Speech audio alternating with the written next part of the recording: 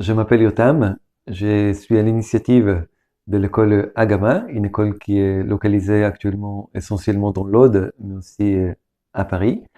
Et dans cette école, on enseigne notamment le Hatha Yoga, bien traditionnel, et aussi le yoga du Cachemire. J'ai rencontré la FIDI lorsque j'étais élève chez Pierre Fugain, où il y avait à l'époque la présidente de la FIDI, Nicole Martin, qui venait au cours, et Jean-Luc, qui était le dernier trésorier aussi de la fédération, et Colette Passot. Donc il y avait plusieurs personnalités quand même assez importantes de la fédération dans le cadre de ces cours.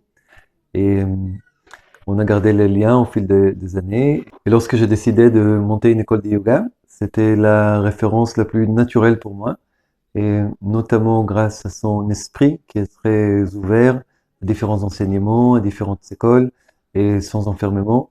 Et ça, c'est une qualité indispensable.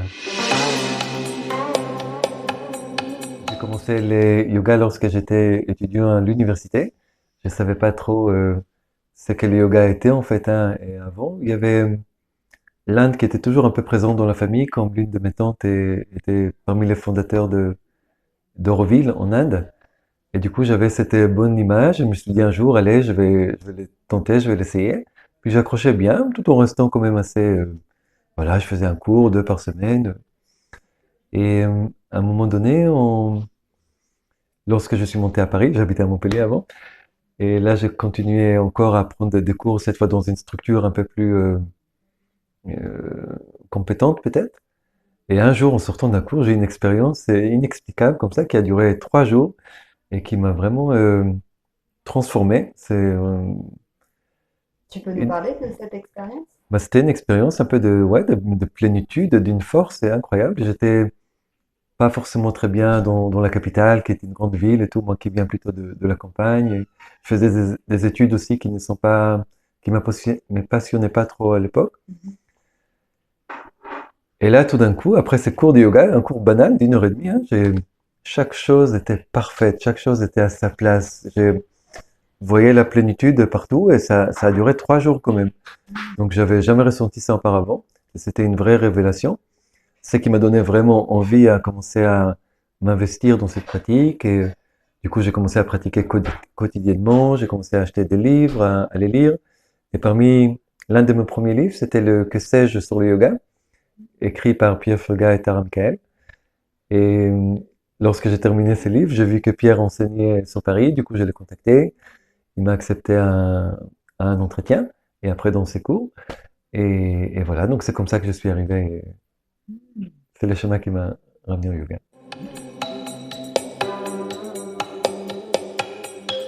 Pour être honnête, j'ai n'ai absolument aucun pranayama ou aucune posture ou aucune pratique que j'affectionne particulièrement parce que je suis plutôt adepte de l'équanimité et je crois beaucoup à l'égalité des choses et même hors tapis en fait, hein.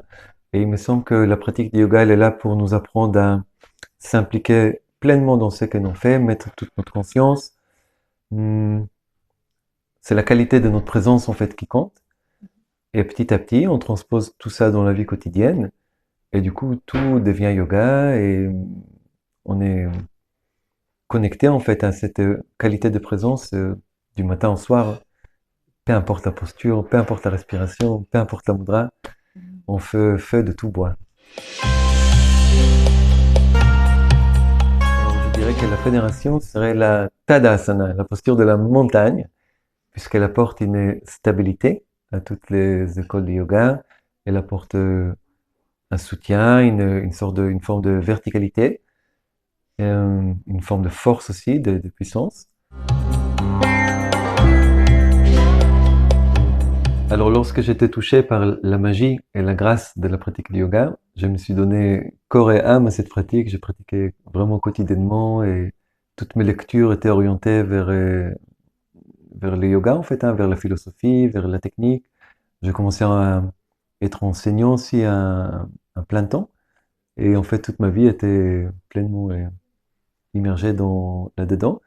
Et au fil des années, alors, après beaucoup d'années, après beaucoup de pratique, hein,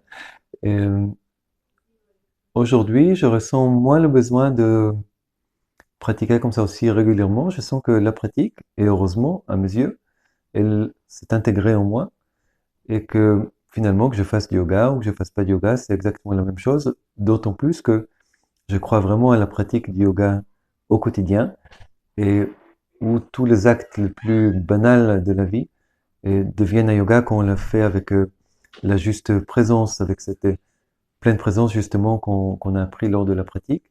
Et à mes yeux, la grâce provient de là.